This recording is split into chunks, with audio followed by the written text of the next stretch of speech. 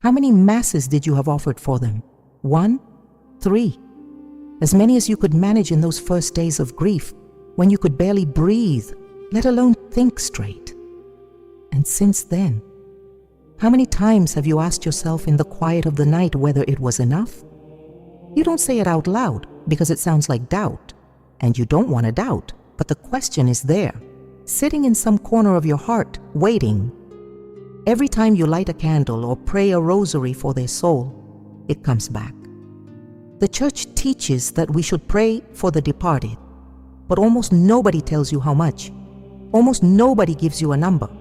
Almost nobody explains what actually happens on the other side when you offer a Mass for someone you love. Saint Teresa of Jesus knew, and she didn't stay silent.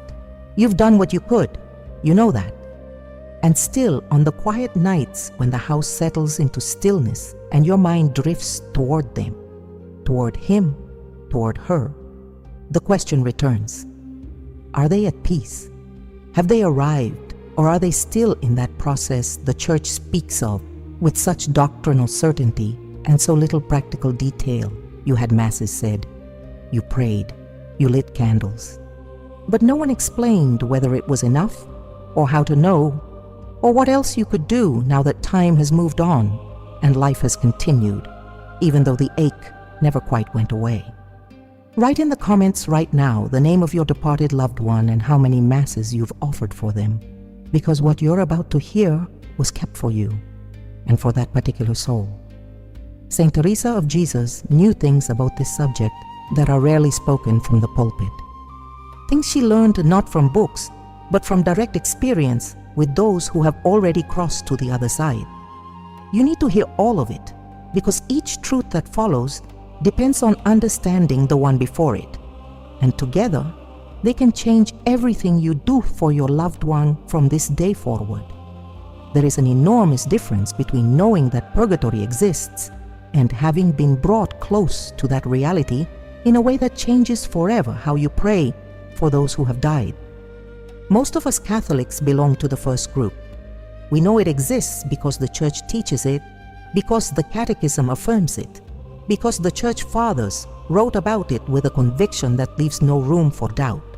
But that knowledge often stays in the head without ever reaching the heart, without becoming the kind of thing that makes you pick up the phone and call your pastor to ask for a Mass, without becoming a real, pressing urgency for the soul of someone you loved and lost.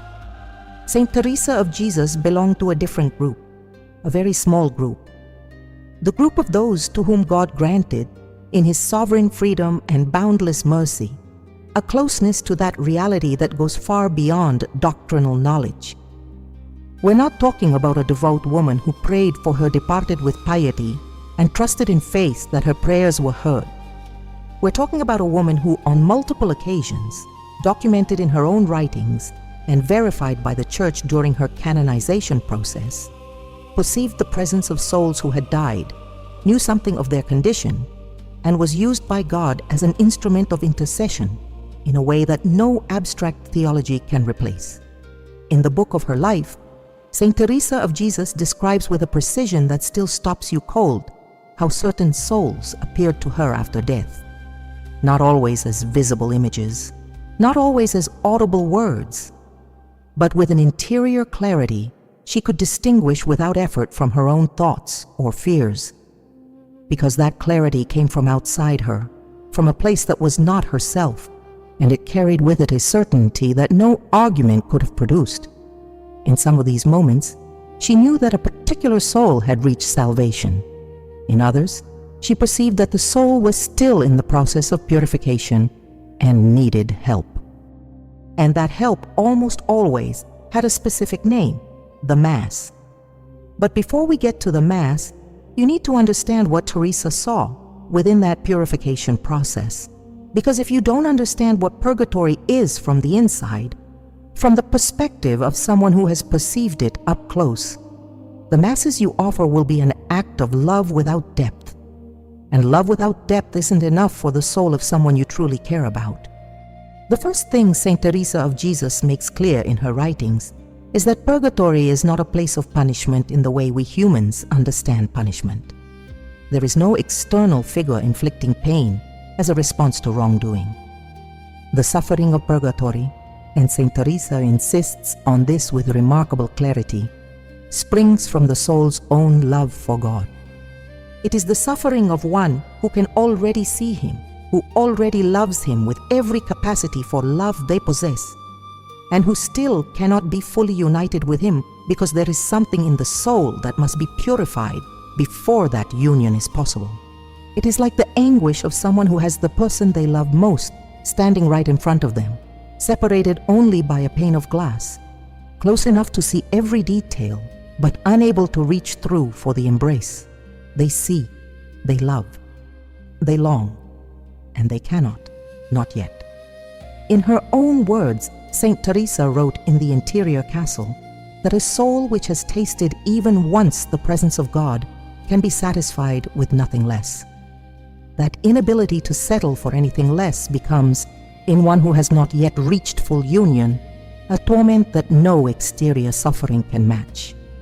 What Teresa describes of souls still journeying toward God on this earth applies with even greater intensity to the souls in purgatory, who can no longer turn back, who know with certainty where they are going, but who have not yet arrived and who feel that remaining distance as the most profound ache that can exist. And here is what changes everything. That suffering is not static. It is not a fixed sentence the soul endures passively while waiting for time to pass.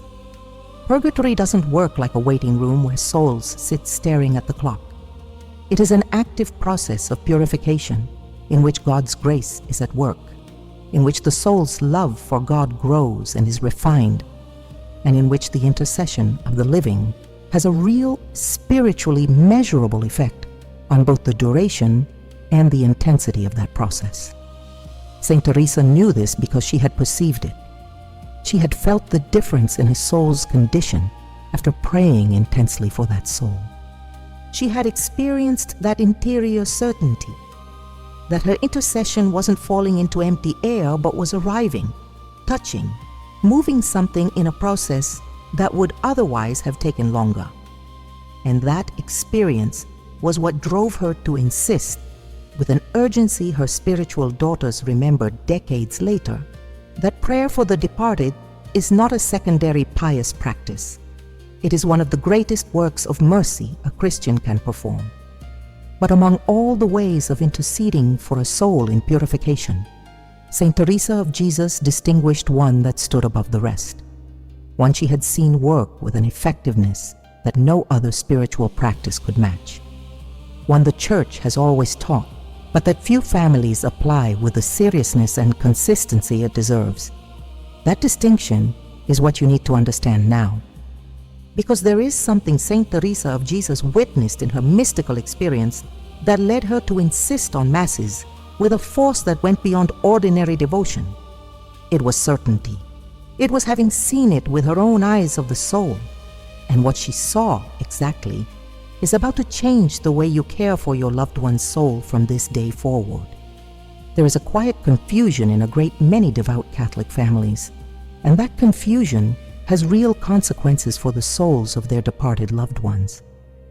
The confusion is this: believing that all the prayers we offer for those we've lost are more or less equivalent, that a rosary prayed with devotion is the same as a Mass, that a novena well offered weighs the same before God as the Eucharistic sacrifice celebrated by a priest at the altar. This idea seems humble. It seems fair-minded, respectful of every form of prayer.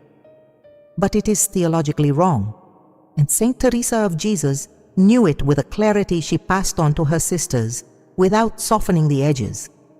The Mass is not a prayer among many. It is not simply the highest point on a scale where the rosary comes in second and the novena third. The Mass belongs to an entirely different supernatural order from any other spiritual practice a Christian can perform. Understanding that difference is the first step toward grasping why Saint Teresa of Jesus urged Masses for the departed with an urgency that sometimes surprised those around her. The Catechism of the Catholic Church teaches that the Eucharist is the source and summit of the entire Christian life, not a source among many. The source, not one high peak in a mountain range, the summit. Everything else in the Christian spiritual life, every prayer, every devotion, every work of mercy, every act of piety, flows from the Mass and returns to it. The Rosary is powerful because it is oriented toward the mysteries of Christ that the Mass makes present. A novena has value because it prepares the soul to receive what the Mass confers. But neither one is the Mass. Neither one does what the Mass does. What does the Mass do that no other prayer can do? It makes present, really, not symbolically, the very same sacrifice that Christ offered once for all on Calvary. When a priest celebrates Mass, he is not repeating the sacrifice of the cross. That sacrifice was unique, unrepeatable, sufficient for the salvation of all humanity. What happens at Mass is that this one sacrifice is made present in time, actualized, applied to the specific persons and intentions for which it is being offered. The value of what is offered at each Mass is not the value of the priest's prayer or the devotion of those present. It is the infinite value of Christ's sacrifice, infinite, beyond measure, beyond comparison with anything else that can be offered.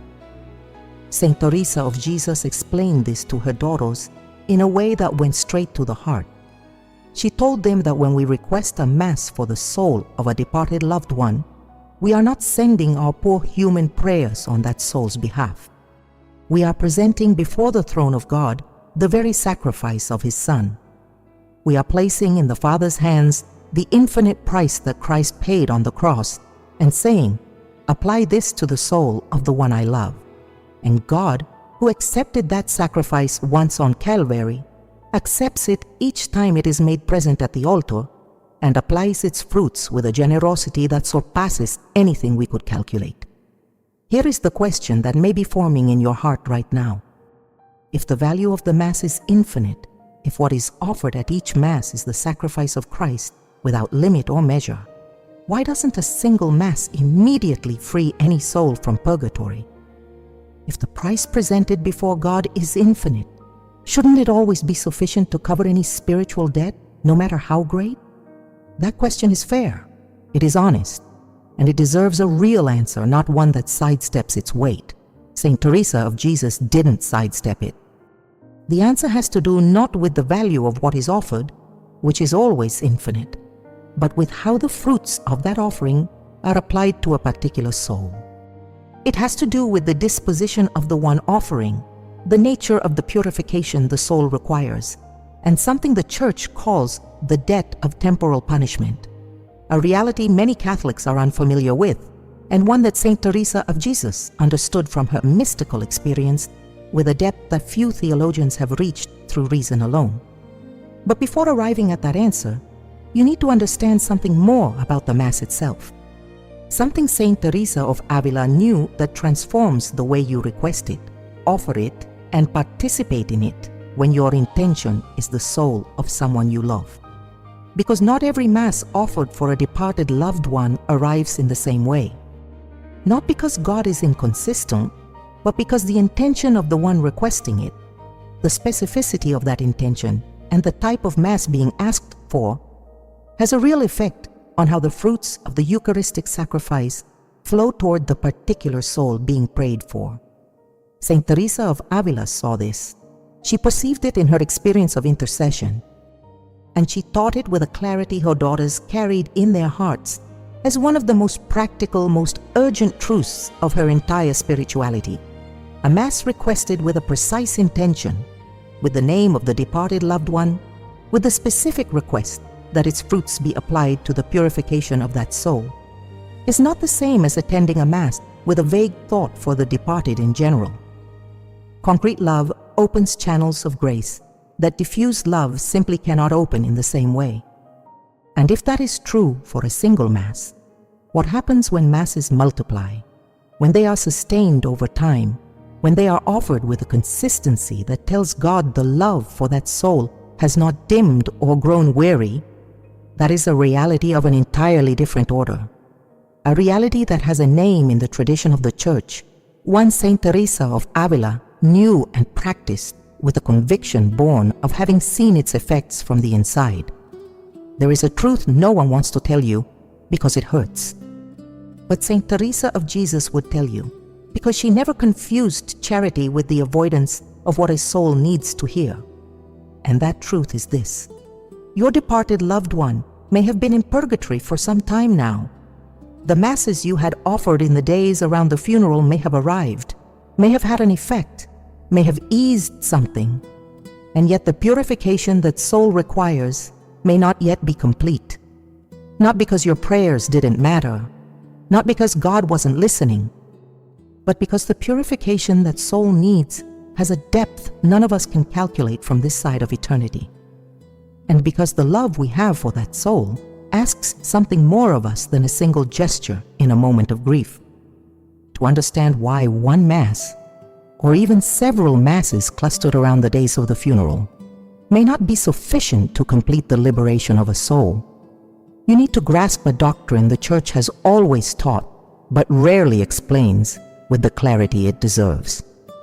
It is called the debt of temporal punishment, and it is the key to everything Saint Teresa of Avila knew about purgatory and about the urgency of prayers for the departed. When a soul dies in God's grace, reconciled with Him, without the mortal sin that would separate it from His love, that soul is destined for heaven. That is not in question.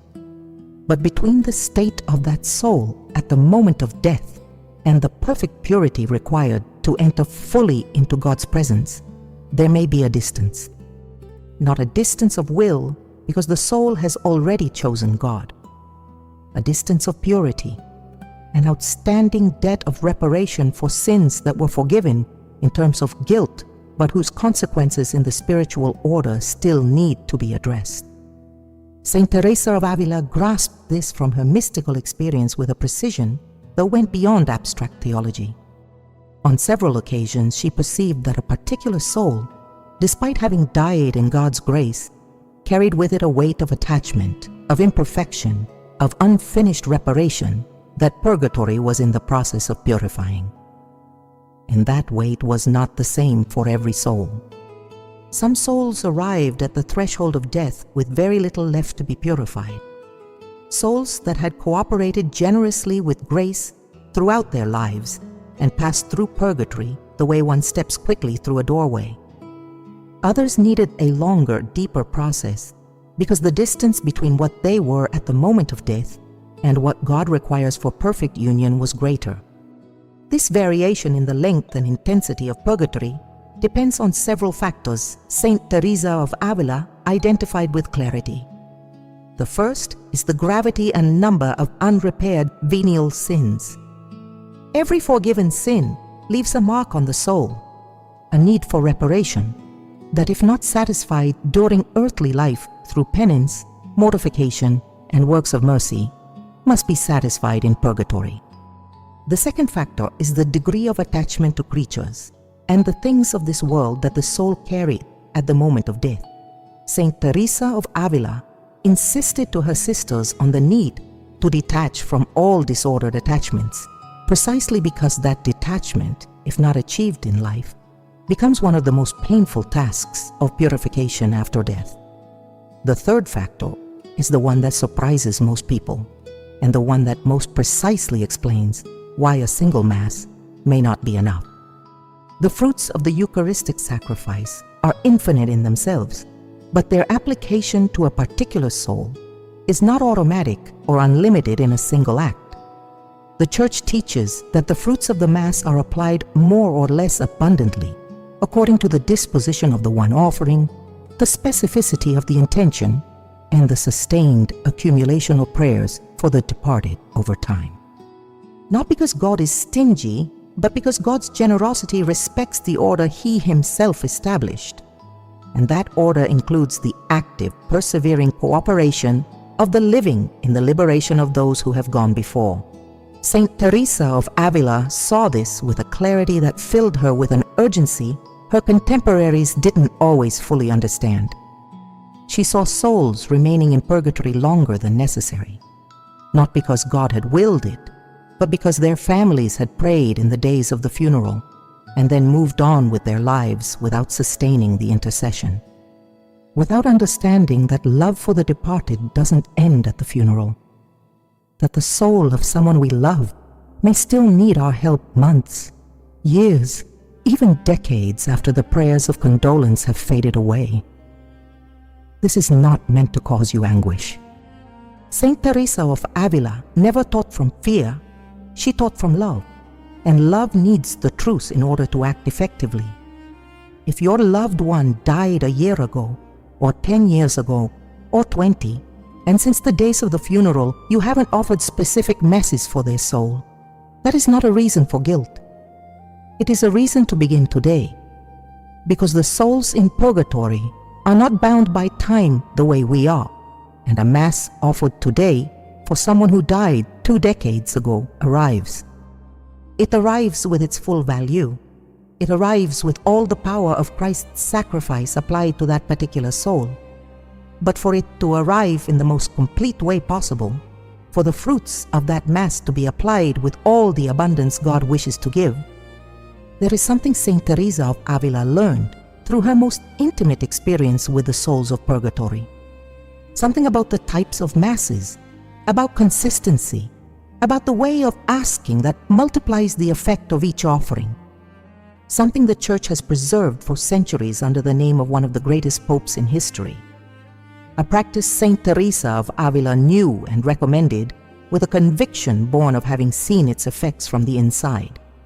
When Saint Teresa of Avila spoke about Masses for the departed, she didn't speak in general terms.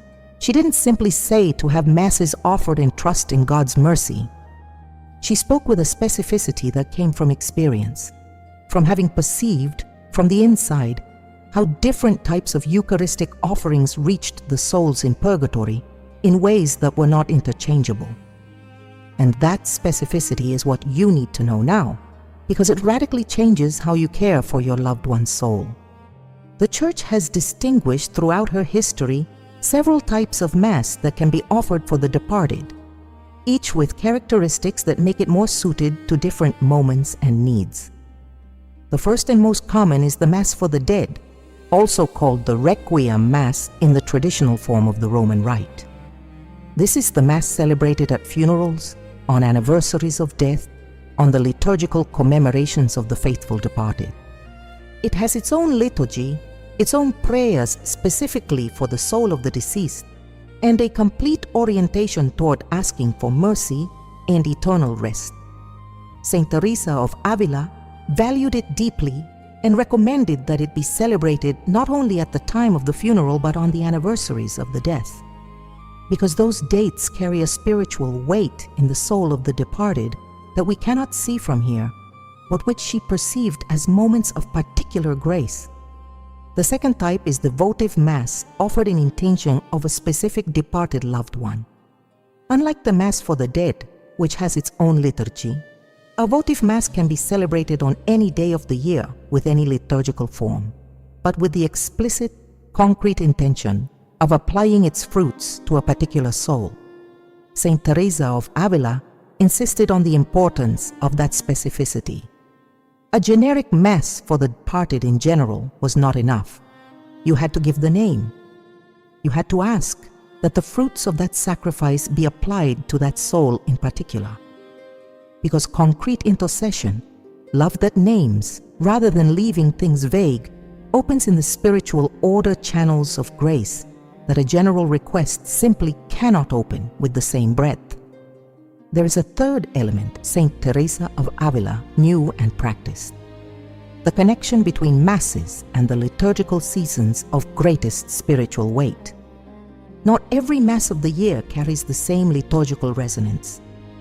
A Mass celebrated on the solemnity of all saints, on the commemoration of all the faithful departed during Holy Week, or on the great feasts of the Lord, participates in a particular spiritual richness that the ordinary time of year does not have. Saint Teresa of Avila guided her sisters to make the most of those dates to multiply their prayers for the departed. because in those moments the whole Church is oriented toward the mysteries that most directly touch the reality of purgatory and the liberation of souls. But above all types of Mass, above all forms of Eucharistic prayer for the departed that the tradition of the Church has preserved, there is one practice Saint Teresa of Avila mentioned with a special reverence. A practice she did not invent, but received from the oldest tradition of the Church, one that goes back to one of the greatest and holiest popes in Christian history, and that she had seen work in the souls of purgatory with an effectiveness that no other individual form of prayer could equal. In her own words, Saint Teresa of Jesus wrote that there is no greater work of mercy a Christian can perform for their departed loved ones than to offer with constancy and persistent love the sacrifice of Christ in their name. That the soul receiving that sustained offering over time feels the difference between love that prays once and forgets and love that endures, that returns, that does not give up. That God, seeing the faithfulness of that love, responds with a generosity that would exceed every human expectation if we could only see it. These words from Saint Teresa of Jesus are not poetic encouragement. They are the distilled fruit of years of mystical experience with the souls of purgatory. They are what she saw, what she perceived, what she wanted her daughters to know with certainty, so that none of them would leave their departed loved ones without the help that was within their power to give. And now that you understand the value of the Mass, that you know the difference between the types of Eucharistic prayer for the departed, that you grasp why a concrete intention and consistency over time multiply the effect of each offering, you are ready to learn the specific practice Saint Teresa of Avila recommended above all others, the one the Church has preserved for 15 centuries as the crown of prayer for the departed, the one that has a number, a structure, and a history of liberations that no honest mind can simply dismiss. You are about to hear that number, and when you do, something in you will understand why Saint Teresa of Avila spoke of it with the same seriousness she brought to the things she had witnessed with her own soul's eyes. The number is 30. 30 Masses, 30 consecutive days, without interruption, with the specific intention of applying the fruits of each Eucharistic celebration to the soul of a particular departed loved one. This practice is called Gregorian Masses, and its origin is not popular devotion or some pious tradition of uncertain provenance. It comes from a mystical experience verified by the Church, one lived by one of the greatest and holiest popes in Christian history, and it has been preserved for 15 centuries as one of the quietest and most powerful forms of Catholic prayer for the departed. Saint Gregory the Great, who led the Church at the end of the 6th century and the beginning of the 7th, was a man of deep prayer and genuine mystical experience. He was a brilliant administrator, yes, and a rigorous theologian. But above all, he was someone who lived in constant contact with supernatural reality, and who took that reality as seriously as the most urgent matters of his pontificate. In his monastery in Rome, a monk named Eustace died after committing a serious fault. He had secretly kept money that belonged to the community, breaking his vow of poverty. Gregory, who loved him, knew that Eustace's soul needed help, and he ordered that 30 Masses be celebrated consecutively for his soul's intention, one each day for 30 days. At the end of those 30 days, Eustace appeared to his brother, also a monk in the same monastery, and told him that at that very moment he had been freed from purgatory, precisely as the 30th Mass was completed, not before, not after. At the close of the 30-day cycle of sustained, unbroken Eucharistic intercession, Saint Gregory the Great recorded this event in his Dialogues, one of the most widely read and influential texts of the early Church.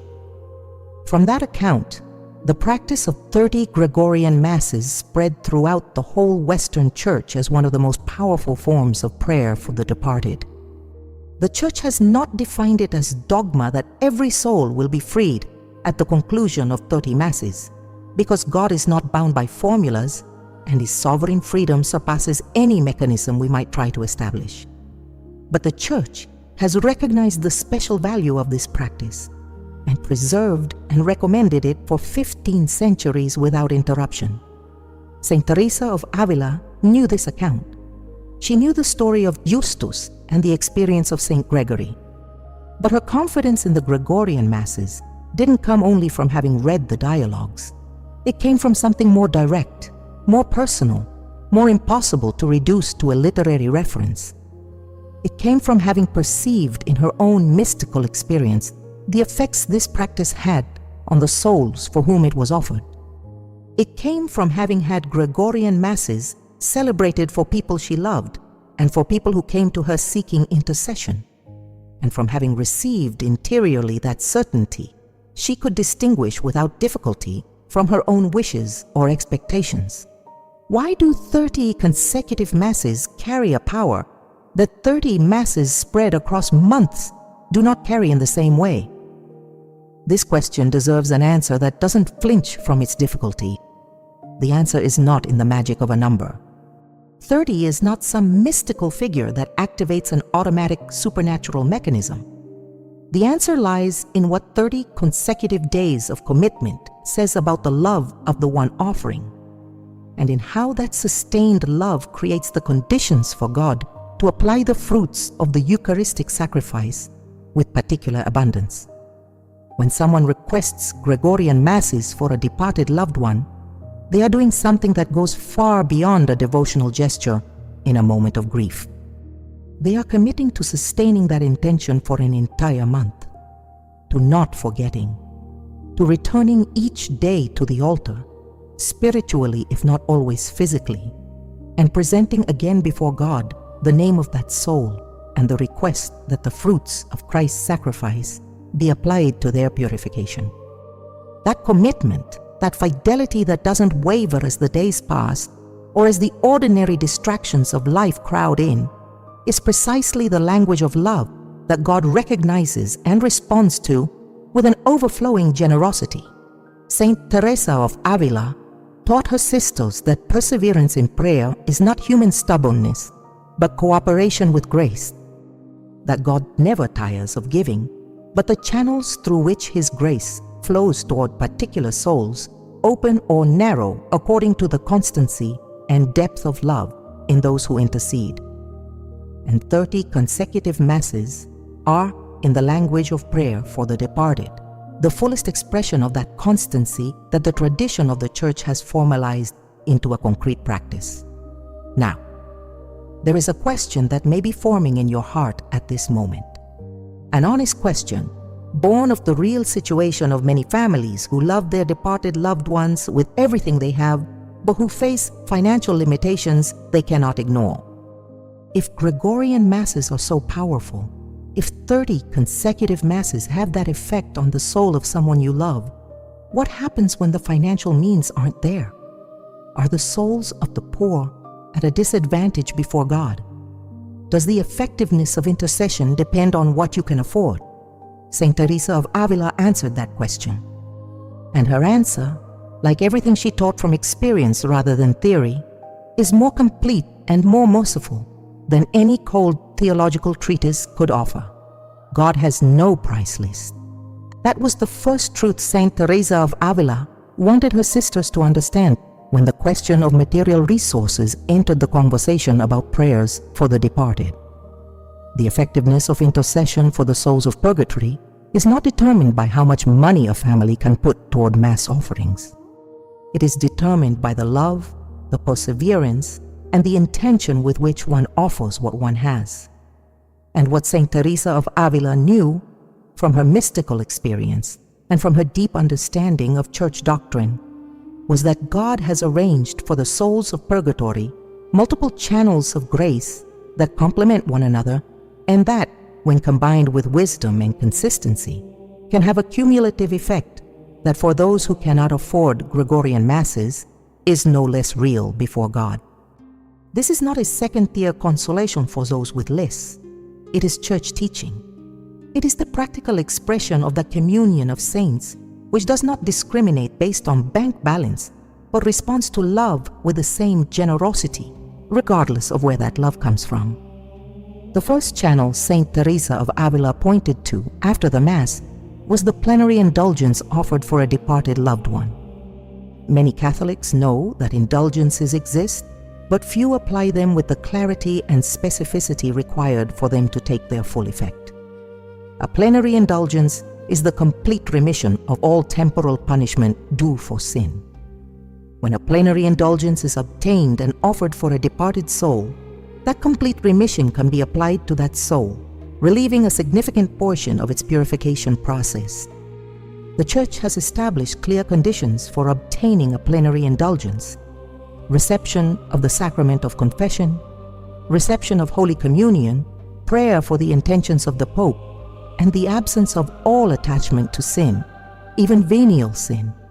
When these conditions are fulfilled with genuine intention and the fruit of the indulgence is offered for the departed loved one, the spiritual effect is real and powerful. Saint Teresa of Avila guided her sisters to take advantage of every opportunity for indulgence that the Church offered, not to accumulate pious merits for themselves, but with the clear vision that those indulgences could be the instrument of liberation for a soul in purgatory that had no one offering Gregorian masses for them. This is the logic of the communion of saints in its most practical and most merciful expression. The second channel is fasting, offered in the intention of a specific departed loved one. Fasting is not simply an ascetic practice of self-discipline. In church doctrine, fasting carried out with a supernatural intention has an expiatory value that can be applied to the souls of purgatory in the same way as almsgiving or prayer. Saint Teresa of Avila lived in a spiritual culture in which fasting was a natural part of ordinary Christian life. She understood it not as gloomy penance, but as an offering of love. To offer the hunger of a day for the soul of someone we love is an act of love that carries real spiritual weight before God. The third is almsgiving. Not almsgiving understood as a social gesture of generosity, but almsgiving as a prayer for the departed, the act of giving something of one's own at real personal cost in the name of the departed loved one, and with the explicit intention that this act of mercy be applied to the purification of their soul. The Church has taught since her earliest centuries that alms given for the departed carry expiatory value. St. Augustine, whose theology of purgatory was one of the pillars on which later doctrine was built, insisted that works of mercy performed in the name of the departed reach them in a way that God's love makes possible, something our reason cannot fully map, but that faith affirms with certainty. Saint Teresa of Avila combined these elements into what we might call a sustained strategy of intercession.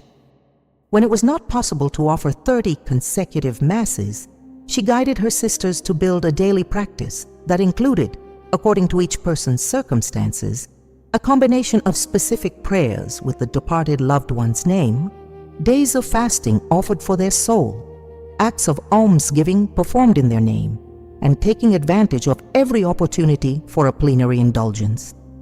Not as a replacement for masses, which remained the summit of all intercession, but as a complement that kept the intercession alive on days when a mass could not be offered.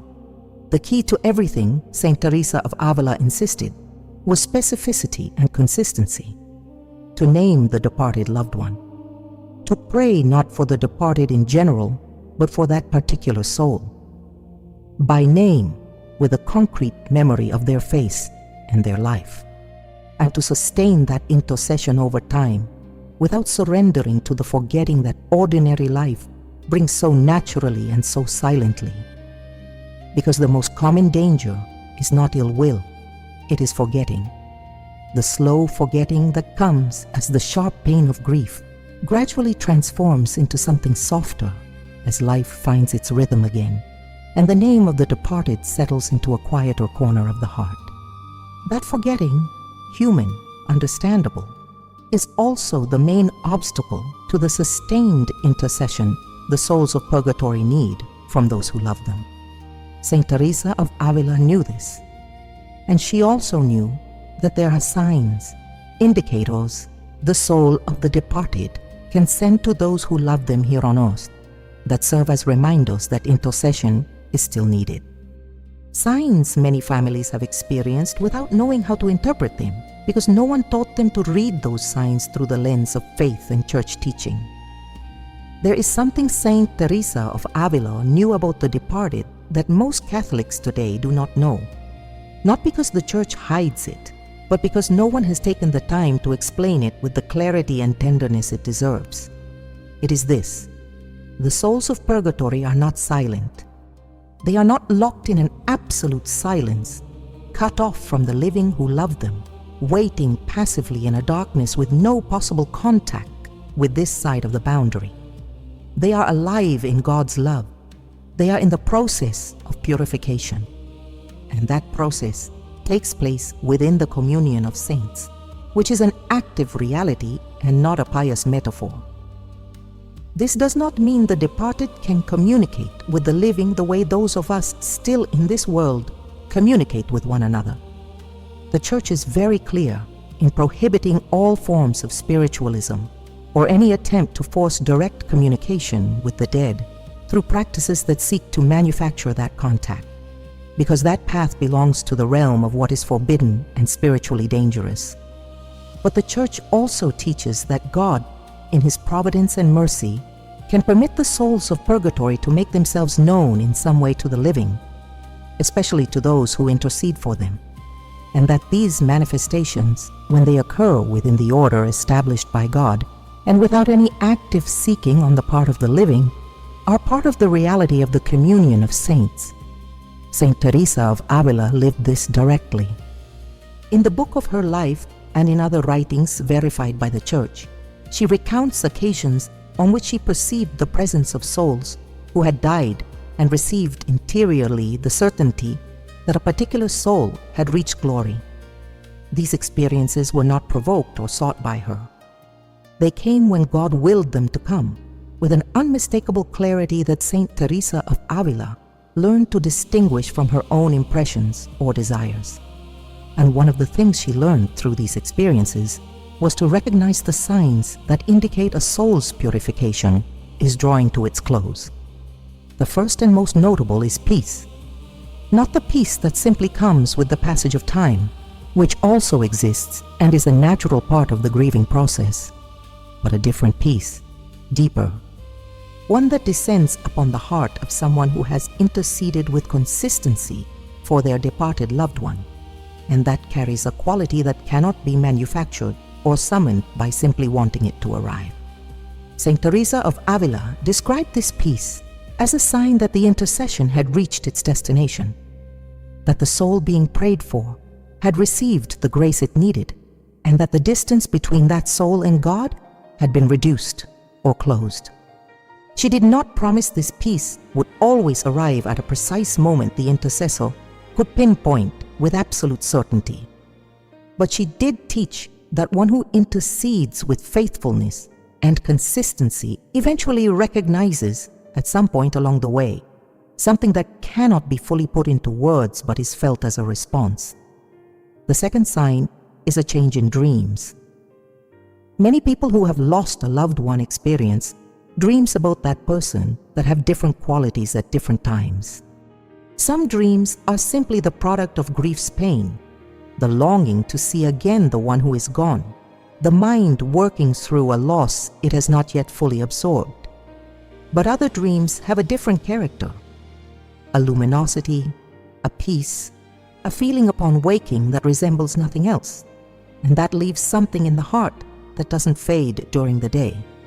Saint Teresa of Avila, without claiming to establish a universal rule, taught that when those dreams change in character, when the image of the departed that appeared troubled or needy begins to appear peaceful, luminous, unhurried, it can be a sign that the soul is completing its process or has already completed it.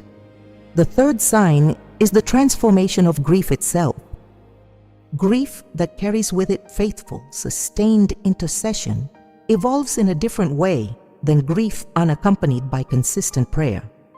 It doesn't disappear more quickly. Love neither forgets nor should it. But it transforms. It moves from carrying a weight of unresolved question to becoming a sorrow that coexists with peace, a memory that hurts with tenderness rather than aching with anguish. Saint Teresa of Avila taught that this transformation of grief is, in itself, a sign that the spiritual relationship between the living and the departed is changing, that something in the state of that soul has changed as well. And yet, it is important to say clearly what Saint Teresa of Avila said clearly. None of these signs is an absolute certainty. Only God knows the state of each soul. Only God knows the exact moment when the purification of a particular soul is complete and that soul enters eternal glory. The humility of the Christian who intercedes for their departed consists in offering what they have with love and consistency, without presuming to measure the effects of that offering with instruments not available to us. But that humility is not passivity. It is the active disposition of one who keeps offering, keeps asking, keeps sustaining the intercession, even without immediate visible confirmation. Because Saint Teresa of Avila was convinced of something her mystical experience had confirmed for her again and again, that no prayer offered with true love for a departed soul falls into empty air. That God receives every Mass, every Rosary, every fast, every act of almsgiving offered in the name of a soul of purgatory, and applies them with a generosity that surpasses all calculation. And if that is true for each individual act of prayer, what happens when it all accumulates? When love for the departed translates into a sustained, faithful, named and concrete intercession over time. That is a spiritual reality of such magnitude that Saint Teresa of Avila could only describe it with the words of love that does not give up, with the certainty that that love has eternal consequences, and with the invitation to make today a decision that can change what is happening in the soul of your departed loved one from this moment forward. It is not too late. That is the first truth Saint Teresa of Avila wanted you to reach this far in order to hear. It doesn't matter how much time has passed since your loved one departed. It doesn't matter if it was a month ago or 15 years. It doesn't matter if in the days of the funeral you were able to offer many masses or none at all. It doesn't matter if since then you've prayed with consistency, or if the rhythm of life slowly carried you away from that practice without your ever deciding it. The souls of purgatory are not bound by time the way we are. For them, there is no expiring deadline, no closing window, no moment after which the intercession of the living can no longer reach them. Saint Teresa of Avila affirmed this from her mystical experience with a clarity you need to hear today, as if she was saying it to you directly. The love you offer today for your departed loved one, the Mass you request today, the Rosary you pray tonight with their name on your lips, these arrive. They arrive with their full value. They arrive with all the power of Christ's sacrifice made present at the altar and of the heart's prayer that does not surrender to time. Purgatory has no walls that love cannot cross, and the intercession of the living is, in the order God established, one of the most powerful instruments for hastening the purification of the souls we love. So what can you do from today? Saint Teresa of Avila did not leave a cold protocol or a to-do list. She left something more valuable, a deep understanding of love as the principle of intercession, and within that understanding, concrete paths that any Christian can walk regardless of their circumstances. The first is to request a Mass, not a generic Mass for the departed in general, but a Mass with your loved one's name, with the specific intention that its fruits be applied to the purification of that particular soul. Call your parish today, give the name, ask for it to be celebrated as soon as possible, and if you can, attend. Let your presence at that altar be the physical extension of your love for the one who is no longer here. The second, if your circumstances allow, is to request Gregorian Masses. 30 consecutive Masses for the soul of your loved one, with their name, with the clear intention that this entire month of sustained Eucharistic prayer be the fullest expression of the love you carry for that soul. Your parish priest can guide you on how to arrange this and what the corresponding offering would be. If you cannot cover the full cost of 30 Masses at once, there are religious communities that celebrate them in ways that allow families to contribute according to their means. The path exists. Saint Teresa of Avila never allowed material difficulty to be the end of the conversation about love for the departed. The third is to build a daily practice of intercession for your loved one that doesn't depend only on moments of intense grief or anniversary dates. A moment each day, even if brief, in which you speak their name before God, in which you say, "Lord, remember the one I love." Apply to their soul the mercy I cannot measure but know exists without limit. This daily moment, sustained over time, is the most accessible form of the constancy that Saint Teresa of Avila taught as a condition of love that truly intercedes. The fourth is to take advantage of the plenary indulgences the Church offers throughout the liturgical year, especially those connected to the commemoration of all the faithful departed, and to visits to cemeteries in the early days of November. Indulgences that can be gained and offered for the souls of Purgatory, with the explicit intention of applying them to the particular departed loved one you carry in your heart. Saint Teresa of Avila guided her sisters never to let any of these opportunities pass, because each plenary indulgence offered for a specific departed soul is an act of love with eternal consequences. And the fifth, perhaps the most intimate and the hardest to sustain as time goes by, is not to forget the name. Not to let ordinary life, with its relentless pace and its capacity to absorb attention until nothing else seems to fit, gradually erase the presence of the one we love from our prayer. Saint Teresa of Avila said that the greatest gift we can give our departed loved ones is not the weeping of the first year, but the faithfulness of the years that follow. Not the intensity of fresh grief, but the consistency of love that remains when the grief has gradually become something else. Your loved one is waiting for that faithfulness, not with anguish, because the souls of Purgatory can no longer be anguished in the way the living experience anguish, but with the hope of one who knows that love does not end at death, that the communion of saints is real, and that somewhere in this world there is someone still speaking their name before God, that someone is you, and the decision to sustain that intercession, to begin it today if you haven't, or to renew it if it faded away without your quite deciding that it should, is the most important decision you can make for the one who is no longer here, but who remains in the order of eternal love, a part of you. Saint Teresa of Avila spent her entire life convinced that the love between the living and the dead is not a comforting illusion, but a supernatural reality with eternal consequences.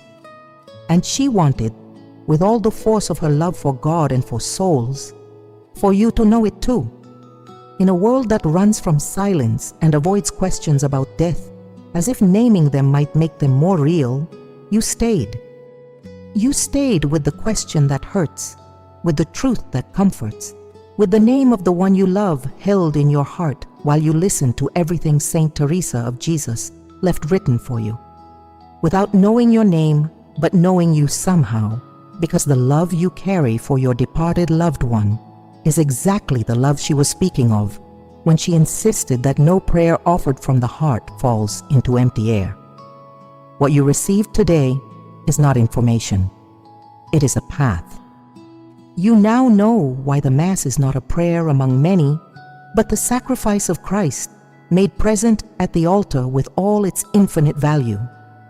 You know why a concrete intention, a name spoken before God, multiplies the effect of each Eucharistic offering in a way that a vague request simply cannot.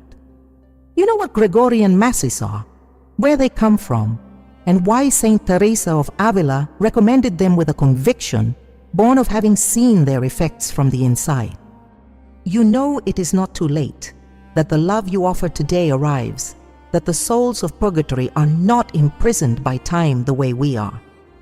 And you know there is something concrete you can do today for the soul of the one you love. Staying was the best decision you made today, not because this was a time of entertainment or useful information, but because it was a time of love, a time in which the memory of your departed loved one was present in a different way, more active, more full of hope. And that time has a value that cannot be measured in minutes, but in what happens in your heart when you decide to turn it into action. There is something more you need to know. Something Saint Teresa of Avila did not keep to herself, but left written so that it could reach those who needed it. There are souls who have been in purgatory longer than necessary, not because God willed it so, but because no one has sustained the intercession for them with the consistency and specificity that make the difference. Not because their families don't love them, but because no one taught their families what you have just learned today. And now that you know it, you have in your hands something you didn't have this morning when you began to listen. You have a path. You have a practice. You have the certainty that whatever you do for your departed loved one from today forward will not fall into empty air. But the souls of purgatory are not the only ones who need intercession. There are living souls right here on this earth who also carry burdens that the love of someone praying for them could ease. There are spiritual realities in the lives of the people you love, in your family, in your home, that prayer and the sacraments can transform in ways that reason alone cannot foresee. Saint Teresa of Avila knew this, and she left concrete teachings on how the intercession of the living for the living carries the same transforming power as intercession for the departed, when it springs from the same deep love and is sustained with the same constancy. Those teachings are here. There are teachings on the spiritual protection of those we love. On the way, a faithful heart's prayer can surround those who live far away and those who are close. On what Saint Teresa of Avila told her sisters when the world outside pressed in on them with its fears and its urgencies, and they needed to know how to respond from faith rather than from fear. If today your heart is moved not only for the soul of your departed loved one, but also for someone still walking in this world who needs someone to intercede for them, there is something here kept for you as well. Something that rises from the same source as everything you heard today. Stay close. What comes next is for you. May God bless you and keep you. May the soul of your departed loved one feel the love you carry for them, and may God's mercy, which has no measure and no limit, complete in that soul whatever still needs to be completed. And may you, who stayed until the end because love is stronger than weariness and stronger than fear, receive today the peace that surpasses all understanding. In her own words, Saint Teresa of Jesus wrote that one who truly begins to love God does not stop until giving their very life for Him. May that love, which in you began today with a concrete decision for the soul of the one you love, not stop either. May it carry you further than where you are now. May it carry you where love always leads when it is real. God bless you.